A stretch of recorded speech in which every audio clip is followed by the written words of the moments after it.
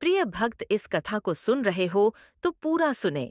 भगवान शिव का अनादर न करें, यह केवल एक कहानी नहीं है। ये उस भक्ति की गवाही है जो पर्वतों को हिला सकती है और उस विश्वास का प्रमाण है जो मृत्यु को भी पराजित कर सकता है। अगर आपने इसे अंत तक सुना तो आपका हृदय शिव की भक्ति। प्राचीन समय में हिमालय की तलहटी में एक गांव था जिसका नाम था आनंदपुर। उस गांव में लोग भोलेनाथ के भक्त थे और हर सावन में शिव मंदिर में विशेष पूजा होती थी। पर उस गांव में एक कन्या रहती थी जिसका नाम था वैदेही। वो गरीब थी, पर उसका मन अत्यंत पवित्र था। हर सुबह वो मंदिर जाकर जल चढ़ाती और कहती, हे महादेव, मेरे जीवन में सुख की वर्षा करो, पर केवल मेरे लिए नहीं, बल्कि मेरे माता पिता और पूरे गांव के लिए भी। उसका पिता वृद्ध था और मां बीमार रहती थी।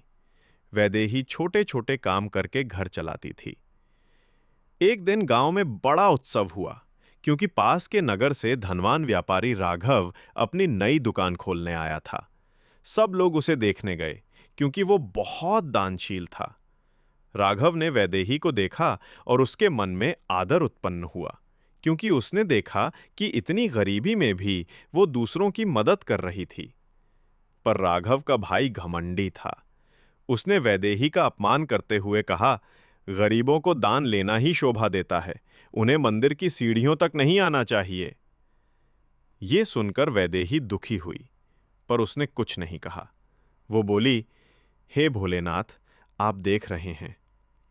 उसी क्षण कैलाश पर्वत पर माता पार्वती ने देखा कि वैदेही रो रही है। उन्होंने शिवजी से कहा, हे स्वामी, ये कन्या अत्यंत भक्ति भाव से आपकी पूजा करती है, फिर भी उसके जीवन में इतनी कठिनाई क्यों? शिव मुस्कुराए और बोले, देवी, ये संसार कर्मों का क्षेत्र है, परंतु आज मैं स्वयं देखना चाहता हूं कि मनुष्य का हृदय कितना सहनशील है। माता ने कहा, क्या आप उसके जीवन में उतरेंगे? शिव बोले, हां देवी, मैं एक साधु का रूप धारण कर पृथ्वी लोक जाऊंगा और देखूंगा कि वो कैसे परीक्षा में खड़ी रहती है। अगले दिन सुबह जब वैदेही मंदिर जा रही थी, तब रास्ते में एक वृद्ध साधु प्रकट हुए। उनके शरीर पर भस्म लगी थी और नेत्रों में करुणा थी। उन्होंने कहा, बेटी, मुझे बहुत प्यास लगी है, क्या कुछ जल मिलेगा? वैदेही ने तुरंत अपनी छोटी लोटी से जल दिया और बोली, महात्मन, ये गंगा जल है, इसे स्वीकार करें। साधु ने जल पिया और बोले, बेटी, मैं देख रहा हूं कि तुम्हारे घर में कठिनाई है। वैदेही ने नम्रता से कहा, महाराज, ये सब समय की बात है, मैं भगवान शिव में विश्वास रखती हूं। साधु ने कहा, यदि विश्वास सच्चा है तो कल तेरा जीवन बदल जाएगा, पर एक शर्त है। कल जब सूरज निकलेगा, तब तुझे अपने जीवन की सबसे बड़ी वस्तु भगवान शिव को अर्पित करनी होगी। वैदेही ने बिना सोचे कह दिया कि मैं करूंगी महाराज। अगले दिन सुबह गांव में सूर्य उदय हुआ। वैदेही ने स्नान किया और मंदिर गई। पर जैसे ही वो पूजा करने लगी, तभी उसके पिता की तबीयत बिगड़ गई। लोग दौड़ते हुए बोले कि तुम्हारे पिता गिर पड़े हैं।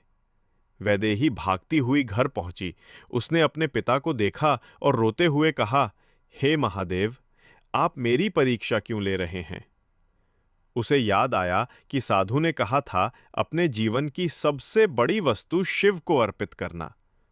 उसने मन ही मन कहा, मेरे लिए सबसे बड़ी वस्तु मेरे माता पिता का जीवन है। यदि मैं उन्हें शिव को अर्पित कर दूं, तो क्या वे मुझसे छिन जाएंगे या उनका कष्ट मिट जाएगा?